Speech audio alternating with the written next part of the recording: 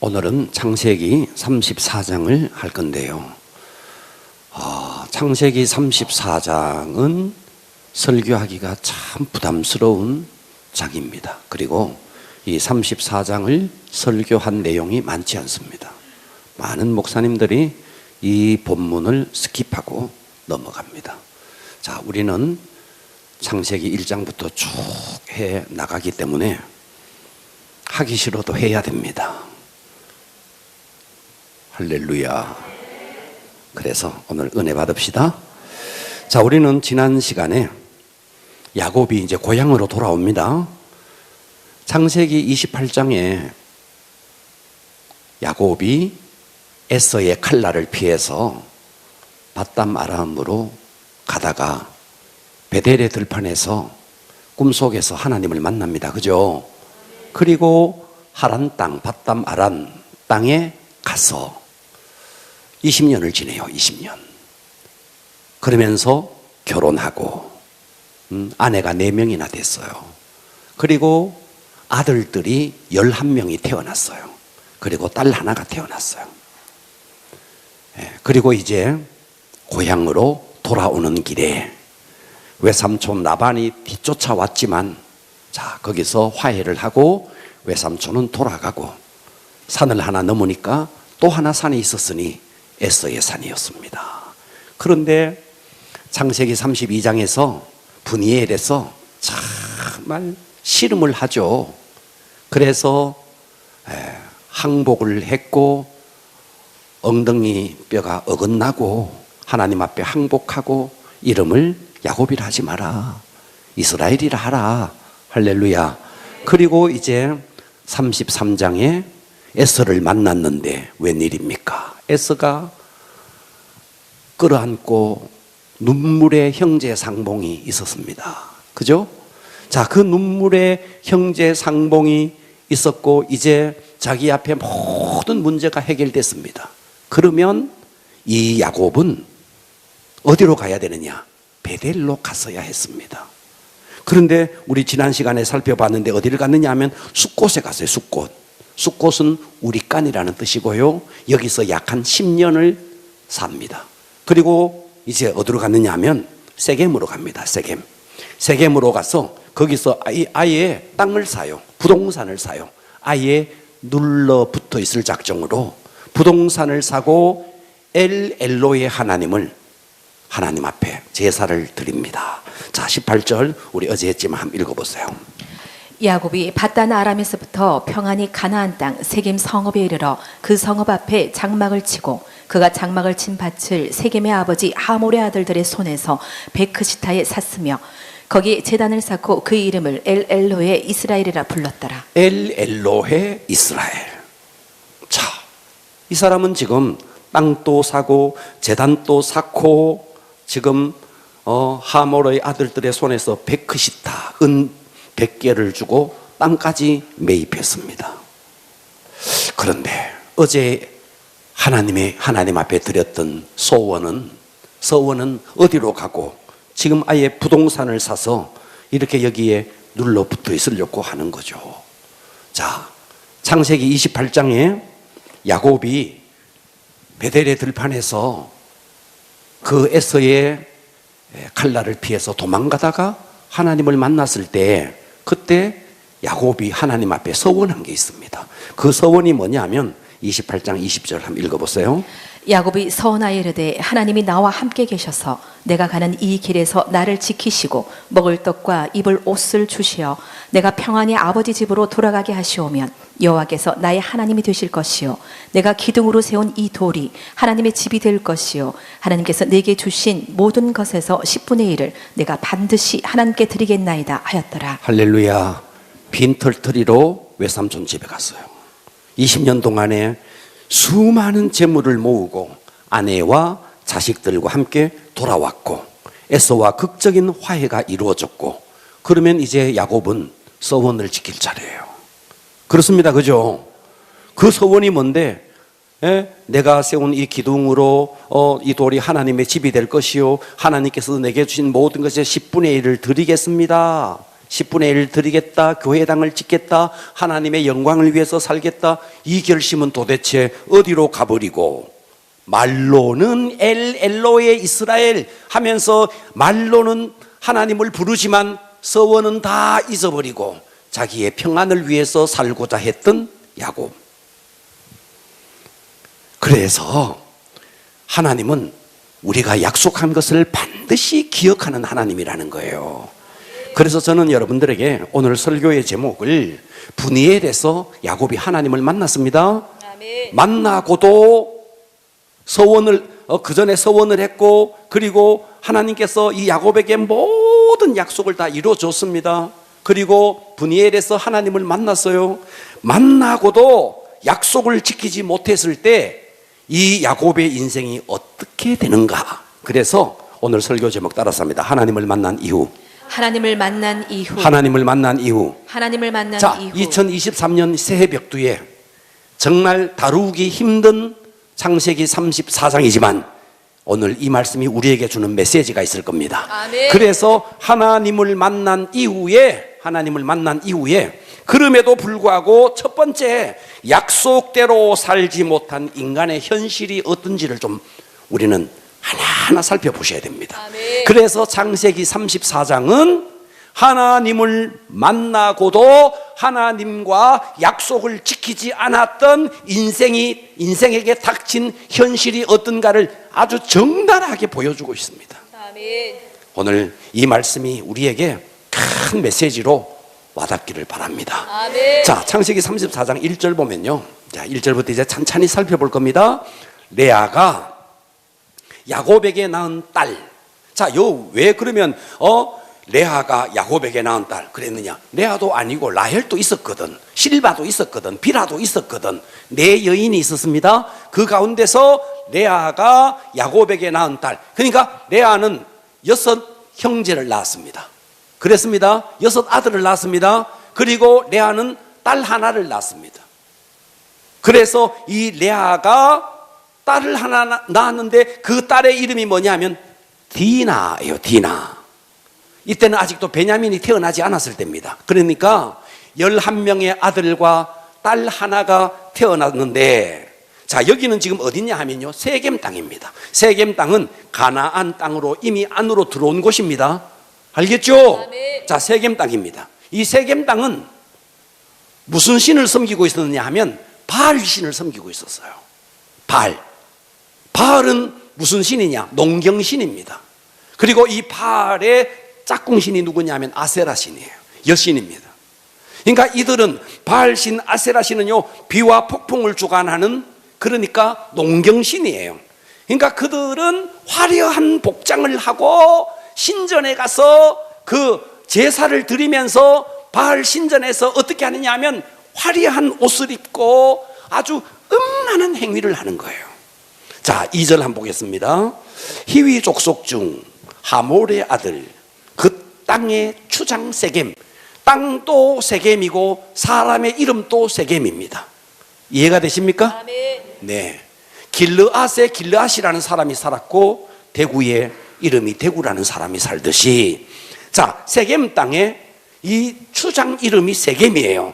세겜이 그 야곱의 딸 디나를 보고 끌어들여 강간을 하여 욕되게 하고, 그 마음이 깊이 야곱의 딸 디나에게 연연하여 그 소녀를 사랑하여 그의 마음을 말로 위로하고. 자, 가나안 땅은 어떤 곳이냐?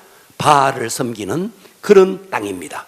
그러다 보니까 그 가나안 땅에는 그야말로 순결한 여자가 없습니다. 다 패역한 땅입니다. 바알을 섬기기 위해서 바알의 신전에서 음란한 행위를 했던 여자들이 다 더럽혀져 있었는데 주변을 보면 다 그런 여자예요. 그런데 어느 날 파릇파릇한 한 여자아이가 눈에 띄는 거예요. 세겜의 눈에. 그게 디나였던 거예요. 이해가 되십니까? 아멘. 그 낯선 여자가, 이 아이가 지금 자 보세요. 이 디나의 나이가 10대 초반으로 보여요. 10대 한 13살, 아마도 요 정도의 나이로 보여집니다. 나이가 많지 않습니다. 그런데 디나는 바담 아람에 살았어요.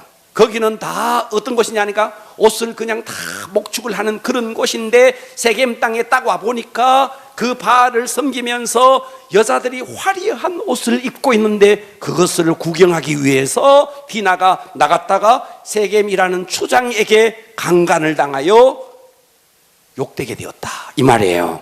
이해되시죠? 자, 4절 한번 읽어보세요. 그의 아버지 하몰에게 청하여 이르되 이 소녀를 내 아내로 얻게 하여 주소서 하였더라. 야곱이 그 딸 디나를 그가 더럽혔다 함을 들었으나 자기 아들들이 들에서 목축함으로 그들이 돌아오기까지 잠잠하였고 세겜의 아버지 하몰은 야곱에게 말하러 왔으며 야곱의 아들들은 들에서 이를 듣고 돌아와서 그들 모두가 근심하고 심히 노하였으니 이는 세겜이 야곱의 딸을 강간하여 이스라엘에게 부끄러운 일 곧 행하지 못할 일을 행하였음이더라. 하몰이 그들에게 이르되 내 아들 세겜이 마음으로 너희 딸을 연연하여 하니 원하건대 그를 세겜에게 주어 아내로 삼게 하라. 자, 먼저 야곱이 자기 딸이 강간당했다는 것을 알았습니다. 근데 입을 꾹 다물고 있었습니다. 아들들이 아직도 목축을 하고 있었고 그 목축을 하는 아들들이 돌아왔습니다. 그래서 그 아들들이 다 알았어요.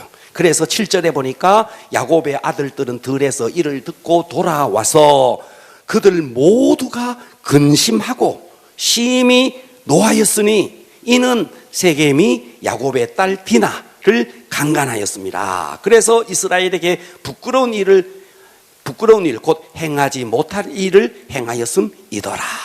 이런 상황에 지금 이 세겜의 아버지 하몰이 이제 청합니다. 제안을 합니다. 뭐라고 제안하느냐 하면 9절에 너희가 우리와 통혼하여, 자, 지금 8절 볼게요. 하몰이 그들에게 이르되 내 아들 세겜이 마음으로 너희 딸을 연연하여 하니 원하건대 이 디나를 세겜에게 주어 아내로 삼게 하라. 자, 여기까지 이해되시죠? 네. 이때 하몰의 제안에 아들들이 뭐라 그러느냐 하면, 자, 9절 한번 볼게요. 너희가 우리와 통혼하여 너희 딸을 우리에게 주며, 지금 하몰이 제안하는 내용이 계속됩니다. 너희가 우리와 통혼하여 너희 딸을 우리에게 주며 우리 딸을 너희가 데려가고 너희가 우리와 함께 거주하되 땅이 너희 앞에 있으니 여기 머물러 매매하며 여기서 기업을 얻으라. 자, 이것은요 당시의 족장시대에 굉장한 이 야곱으로 하여금 굉장히 귀가 번쩍 뜨이게 하는 제안입니다.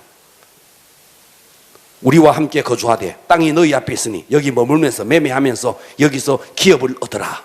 자, 이때 야곱의 아들들이 지금 어떻게 이야기하느냐 하면 11절 봅니다.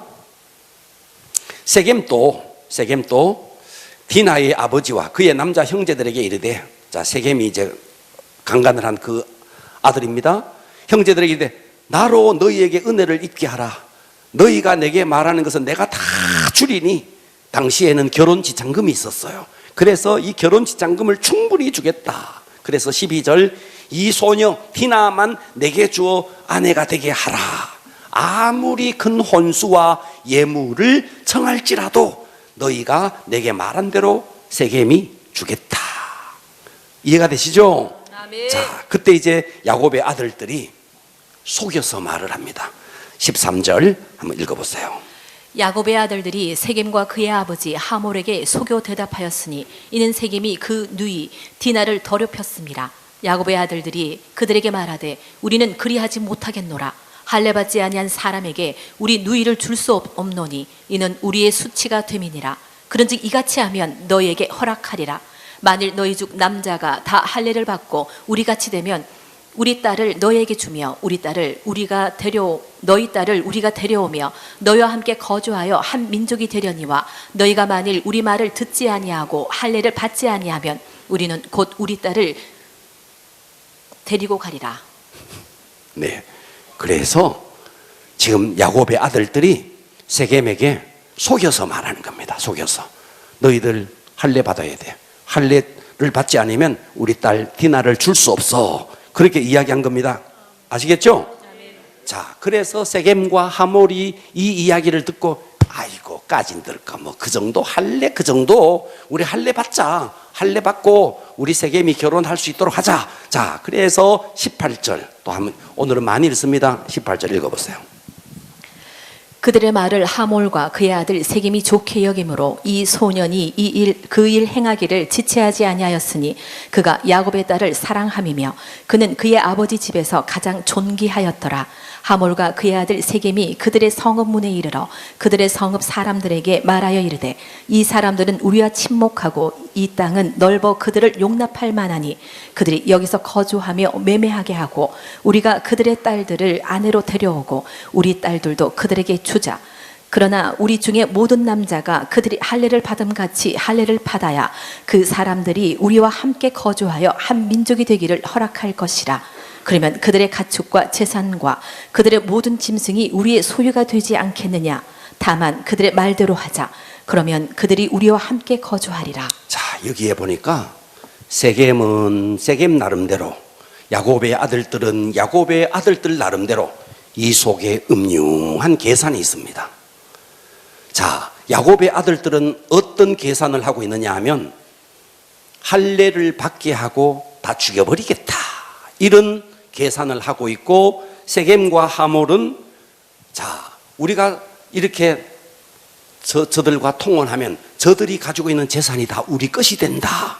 지금 이렇게 하면서 서로 속으로 지금 음모를 꾸미고 있는 겁니다. 이해되시죠?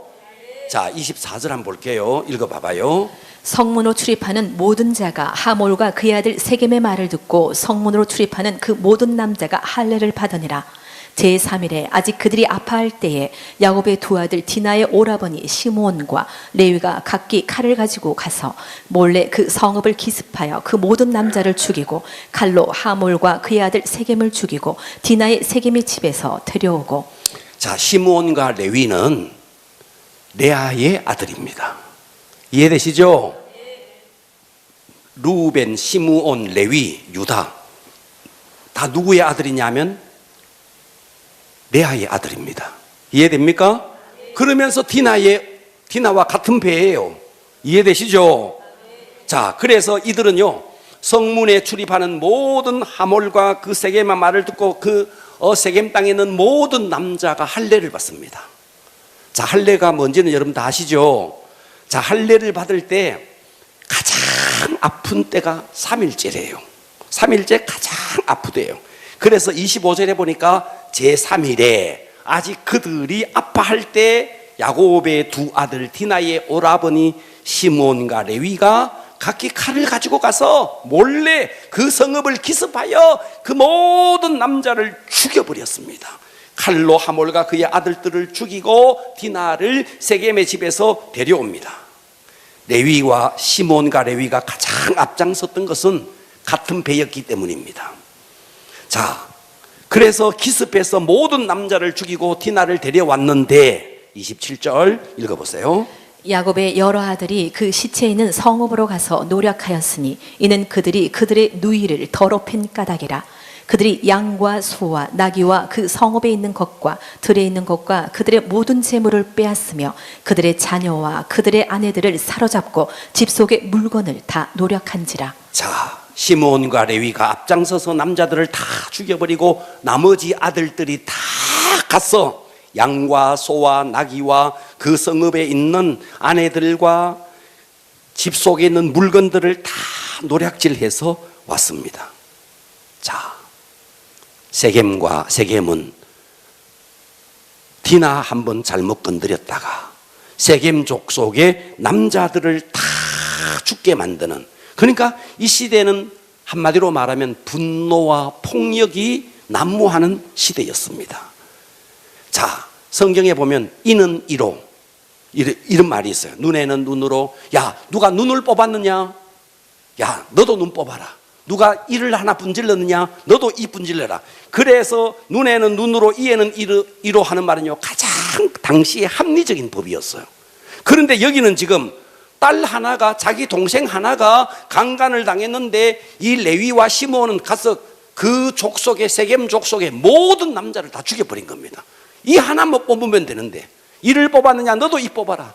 눈 뽑았느냐? 너 눈 하나 뽑아라. 그런데 완전히 거기서 어마어마하게 더 폭력을 휘두른 거 이해가 되시죠? 네. 그래서 이 야곱의 아들은 동생 디나가 강간을 당했다. 그래서 한 말 전체를 완전히 풍지박살을 내버리는 겁니다. 자, 이것이 인간의 모습입니다. 창세기 34장은 처음부터 끝까지 아무리 읽어봐도 하나님이라는 말이 한 번도 등장하지 않습니다. 무슨 말이냐? 하나님 없이 사는 인간의 모든 모습은 분노와 폭력으로 일삼고 모든 것이 그렇다는 거예요.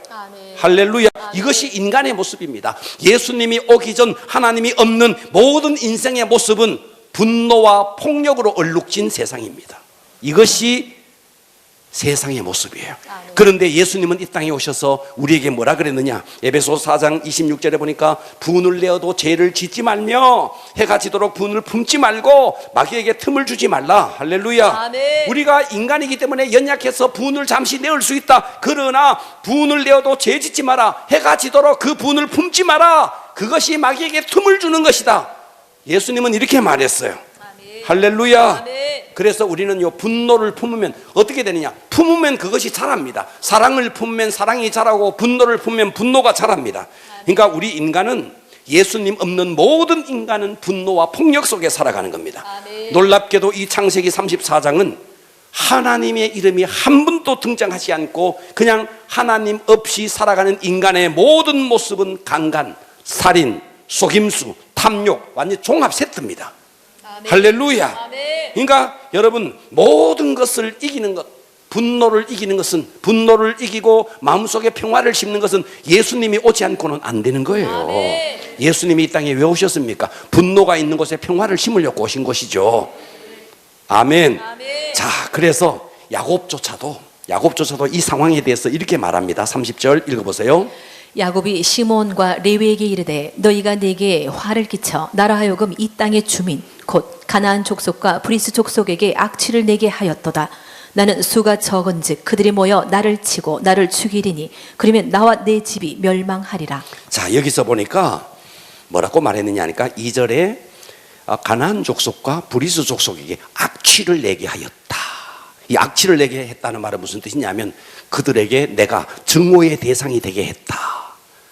가나안 족속, 브리스 족속은 숫자가 많은데 야곱 가문 우리는 지금 숫자가 적은데 저들 가서 다 죽여버림으로 말미암아 저들 모두가 연합해서 우리를 증오의 대상으로 삼고 우리를 멸망시킬까 한다 이 말이에요. 이해가 되시죠? 네. 야곱도 이때에 이 사건이 얼마나 충격적이었는지 시간이 많이 지나서 자기의 12아들을 축복할 때 시몬과 레위는요 아주 저주에 가까운 기도를 해주는 거예요. 이 날이 얼마나 충격적이었는지. 그래서 창세기 49장 5절에 지금 마지막에 이 야곱이 12아들을 축복하는 내용을 한번 봅니다. 읽어보세요. 시몬과 레위는 형제요 그들의 칼은 폭력의 도구로다. 내 호나 그들의 모의에 상관하지 말지어다. 내 영광아 그들의 집회에 참여하지 말지어다. 그들이 그들의 분노대로 사람을 죽이고 그들의 혈기대로 소의 발목 힘줄을 끊었음이로다. 그 노염이 혹독하니 저주를 받을 것이요 분기가 맹렬하니 저주를 받을 것이라. 내가 그들을 야곱 중에서 나누며 이스라엘 중에서 흩으리로다. 자, 창세기 32장 분이엘에서 야곱이 하나님을 만났습니다. 하나님을 만나고 이제 그는 에서의 문제도 해결되고 그 옛날 에서를 피하여 가던 베델의 들판에서 서원했던 그 베델로 돌아가야 했습니다. 그런데 이 야곱은 베델로 돌아가지 않고 숫곳으로 지나서 세겜 땅에 가서 땅을 샀습니다. 하나님의 약속은 지키지 않고 거기서 엘 엘로의 이스라엘 하나님을 부르며 제사를 지냅니다. 여러분, 하나님을 아무리 만나도 하나님의 약속을 지키지 않고 살아가는 이 가정에 딸은 강간을 당하고 그러면서 그 아들들은 가서 그 세겜 족속을 다 칼로 쳐 죽이고 지금 그들에게 악취를 내게 했다 할 만큼 그들은 굉장히 위기에 처해 있습니다. 오늘 우리는 아무리 하나님을 만나도 하나님과 내가 약속한 그 약속을 지키지 않을 때 이런 야곱이 어려움을 당하듯이 어려움을 당할 수 있다는 것을 잊지 마셔야 됩니다. 자, 이제 하나님을 만난 이후 두 번째입니다. 하나님을 만난 이후 두 번째는요, 하나님의 약속에 순종만이 살 길입니다. 아멘. 할렐루야. 아멘. 자, 드디어 이렇게 가정이 굉장한 위기에 처해 있는데 드디어 야곱에게 34장에서는 하나님이라는 이름이 한 번도 등장하지 않다가 35장에 와서 드디어 하나님이 딱 등장합니다. 1절 읽어보세요. 하나님이 야곱에게 이르시되 일어나 베들로 올라가서 거기 거주하며 내가 내 형 에서의 낯을 피하여 도망하던 때에 내게 나타났던 하나님께 거기서 제단을 쌓으라 하신지라. 이해가 되십니까? 지금 하나님 없이 세겜에서 땅을 사고 제사를 지내고 그랬습니다. 그랬지만 어땠어요? 가정에 굉장한 어려운 문제가 생겼습니다. 드디어 그 어려움 끝에 하나님이 딱 등장합니다. 돌아가라, 베델로 돌아가라. 사명을 받았던 그 베델로 돌아가라. 네가 결심했던 그 베델로 돌아가라. 네 삶을 하나님께 드리고자 했던 그 결심했던 베델의 들판으로 돌아가라. 하나님의 음성이 들린 겁니다. 아멘. 창세기 34장은 하나님을 만났지만 하나님과 약속을 지키지 않고 살아왔던 인간에게 하나님께서 내린 채찍이었습니다. 할렐루야. 아멘. 그러므로 여러분들이 하나님과 약속을 어긴 채 두 손 들고 눈물 흘리고 울면서 찬양하는 것, 그것보다가 우리는 진짜 하나님 앞에 내가 약속한 것을 지켜내야 됩니다. 아멘. 그래서 드디어 이 야곱이 어디로 가느냐? 베델로 가요. 베델로 갑니다. 그래서 이때부터 이제 창세기 35장 이후에부터 야곱은 본격적으로 인생이 달라지기 시작합니다. 그러니까 보세요. 32장에 하나님을 만났을지라도 우왕좌왕 하니까 계속해서 어려움이 생기는 겁니다. 오늘 우리는 낮 예배 때 이런 말씀을 드렸어요.